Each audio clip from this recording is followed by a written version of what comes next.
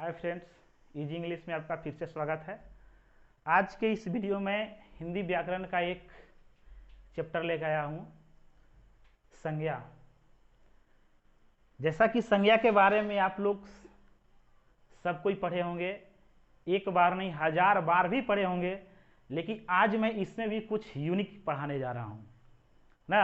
आप संज्ञा के 5 भेद पढ़े होंगे, लेकिन आज मैं संज्ञा का 9 भेद पढ़ाने जा रहा हूँ। सबसे पहले यहां पर हम जानेंगे संज्ञा कहते किसे हैं। एकदम शॉर्ट में समझिए, किसी भी नाम को संज्ञा कहते हैं, चाहे जानवर का नाम हो, जगह का नाम हो, व्यक्ति का नाम हो, किसी का भी नाम हो तो उसे संज्ञा कहा जाता है। भाव का नाम हो। संज्ञा के भेद कितने होते हैं? संज्ञा के आज हम 9 भेद पढ़ेंगे ना। संज्ञा के 9 भेद होते हैं, 9 भेद होते हैं। संज्ञा का 9 भेद ना। सबसे पहला है जातिवाचक। जातिवाचक संज्ञा। दूसरा व्यक्तिवाचक संज्ञा। व्यक्तिवाचक संज्ञा। तीसरा समूहवाचक संज्ञा। समूहवाचक संज्ञा। चौथा भाववाचक। भाववाचक संज्ञा। पांचवा द्रव्यवाचक संज्ञा। द्रव्यवाचक। द्रव्यवाचक संज्ञा। छठा अपत्य। अपत्यवाचक संज्ञा।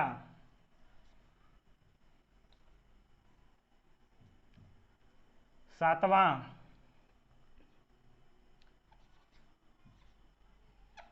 उनवाचक। उनवाचक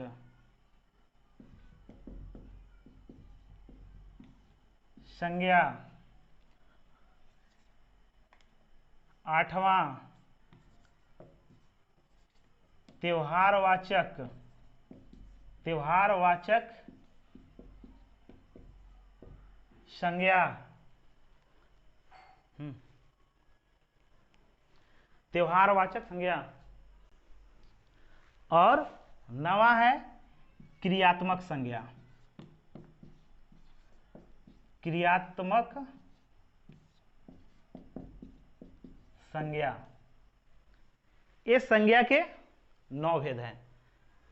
तो जैसा कि आप लोग पहले 5 भेद पढ़ चुके हैं, इसके बारे में बिल्कुल थोड़ा थोड़ा बताऊंगा। जातिवाचक संज्ञा किसे कहते हैं? तो जिससे पूरे जाति भर का बोध हो ना, जैसे गाय, भैंस, घोड़ा, आदमी, शहर, नदी, पहाड़, ये सब जातिवाचक संज्ञा हो गया। व्यक्तिवाचक संज्ञा किसे कहते हैं? जब जातिवाचक संज्ञा को हम किसी स्पेशल नाम से बुलाते हैं तो उसे व्यक्तिवाचक संज्ञा कहा जाता है। जैसे हिमालय, तो हिमालय क्या है? एक पर्वत श्रृंखला है ना, उसका एक नाम दे दिया गया हिमालय। नदी, नदी क्या है? जातिवाचक संज्ञा है, लेकिन कोई एक खास नदी है जिसे गंगा कहा गया है, तो गंगा क्या है? जातिवाचक संज्ञा है, सॉरी व्यक्तिवाचक संज्ञा है। समूहवाचक संज्ञा, यानी इससे समूह का बोध होता है, जैसे प्रार्थना सभा, मेला, वर्ग इत्यादि। भाववाचक संज्ञा क्या है? भाववाचक संज्ञा वह संज्ञा है जिसे हम तो ना देख सकते हैं और ना ही छू सकते हैं, बल्कि केवल महसूस कर सकते हैं, उसे भाववाचक संज्ञा कहा गया है। जैसे कि ईमानदारी, हम ईमानदार व्यक्ति को देखते हैं, लेकिन उसकी ईमानदारी को हम लोग क्या करते हैं? महसूस करते हैं। फिर हो गया बचपन ना, बचपना। तो एक बच्चा को हम देखते हैं, लेकिन उसके बचपना को क्या करते हैं? हम महसूस करते हैं। और पांचवा हो गया द्रव्यवाचक संज्ञा, यानी वह संज्ञा जिसे हम लोग माप सकते हैं, तौल सकते हैं ना, जिसका मॉडिफाई किया जा सकता है, उसे द्रव्यवाचक संज्ञा कहा जाता है। जैसे घी, तेल, पानी, कपड़ा, धान, खेसारी, ये सब क्या है? द्रव्यवाचक संज्ञा है। अब ये चार के बारे में अपत्यवाचक संज्ञा, उनवाचक संज्ञा, त्यौहारवाचक संज्ञा और क्रियात्मक संज्ञा के बारे में हम पढ़ेंगे।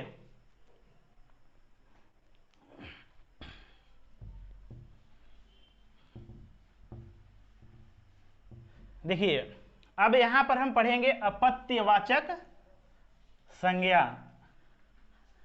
अपत्यवाचक संज्ञा, अपत्यवाचक संज्ञा। अपत्यवाचक संज्ञा वह संज्ञा जिससे किसी के संतान होने का बोध होता है, उसे अपत्यवाचक संज्ञा कहा जाता है। जैसे कौन्तेय, कौन्तेय यानी कुंती का पुत्र। अपत्य मतलब बोले ना कि संतान होता है, यानी कुंती के पुत्र को क्या कहा गया है? कौन्तेय। यानी पांडव लोगों को क्या कहा गया है? कौन्तेय कहा गया है। राधेय, राधेय, राधेय किसे कहा गया है? राधेय कर्ण को कहा गया है। वैसे तो कुंती का ही पुत्र है कर्ण, लेकिन राधा के नाम से उन्हें जाना जाता है ना। जैसे हो गया सौमित्र, सौमित्र, सौमित्र किन्हें कहा गया है? लक्ष्मण को कहा गया है। लक्ष्मण, यानी कि कौन्तेय, राधेय, सौमित्र, इससे कुंती का बोध नहीं हो रहा है, पांडवों का बोध हो रहा है। राधे से राधा का बोध नहीं हो रहा है, बल्कि इसके संतान कर्ण का बोध हो रहा है। सौमित्र से सुमित्रा का बोध नहीं हो रहा है, बल्कि लक्ष्मण का बोध हो रहा है। अब हम नेक्स्ट पढ़ेंगे, नेक्स्ट में है उनवाचक, उनवाचक, उनवाचक संज्ञा। उन का मतलब क्या होता है? उन का मतलब होता है बहुत छोटा ना। जैसे अक्सर बाजार जाते हैं तो एक बड़ा सा केला रहता है, उसी के बीच में छोटा केला रहता है, तो हम लोग कहते हैं केला नहीं है, केली है। अर्थात किसी भी नाउन के लिए, उसके छोटे स्वरूप के लिए जिस शब्द का प्रयोग करते हैं, उसे उनवाचक संज्ञा कहा जाता है। जैसे कि केला का केली, बड़ा बेल है, और उसी के बगल में अगर छोटा सा एगो बेल है, तो हम लोग कहते हैं वह बेल के बाचा है, या तो हम लोग क्या कहते हैं कि बेल नहीं, वो बेली है ना। लेकिन पापा अगर बड़े हो के हैं, बगल में कोई छोटे पापा है, तो पापी का यूज नहीं करना है, ठीक है ना। तो ये उनवाचक संज्ञा हो गया। अब नेक्स्ट हम पढ़ेंगे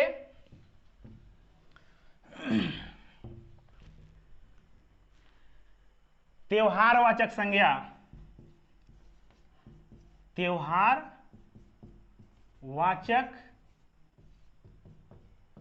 संज्ञा, त्यौहारवाचक संज्ञा, ऐसे कुछ लोग इसे व्यक्तिवाचक संज्ञा के अंतर्गत बोलते हैं, कुछ भाव भी बोलते हैं, लेकिन ऐसी बात नहीं है। त्यौहारवाचक संज्ञा अलग ही है, क्योंकि व्यक्तिवाचक संज्ञा में जाकर के देखिए, उनका अस्तित्व होता है। गंगा है, राम है, हिमालय है, ये सबका अस्तित्व होता है, लेकिन त्योहार का तो अस्तित्व नहीं है। यानी कि त्यौहारवाचक संज्ञा वह संज्ञा है जिससे किसी पर्व त्योहार का बोध होता है, सेलिब्रेशन का बोध होता है। जैसे कि होली, होली, होली का कोई रूप है, कोई अस्तित्व है। दशहरा, दशहरा, दिवाली, इसी तरह से जितने भी त्योहार हैं, फेस्टिवल हैं, सब त्योहारवाचक संज्ञा के अंतर्गत आते हैं। और अंत में मैं आप लोग को बताने जा रहा हूं क्रियात्मक संज्ञा। क्या है? क्रियात्मक संज्ञा, यानी वह संज्ञा जो क्रिया से बना हुआ है, अर्थात क्रिया से बना हुआ संज्ञा जो है उसे हम क्रियात्मक संज्ञा कहते हैं। जैसे पढ़ना से क्या हो गया? पढ़ाई ना, पढ़ना से पढ़ाई, पढ़ना क्रिया है और इससे क्या बना संज्ञा? पढ़ाई। पीटना से पिटाई, इसी तरह से लिखना से लिखाई, लड़ना से लड़ाई, काटना से कटाई इत्यादि। Thank you for watching my video.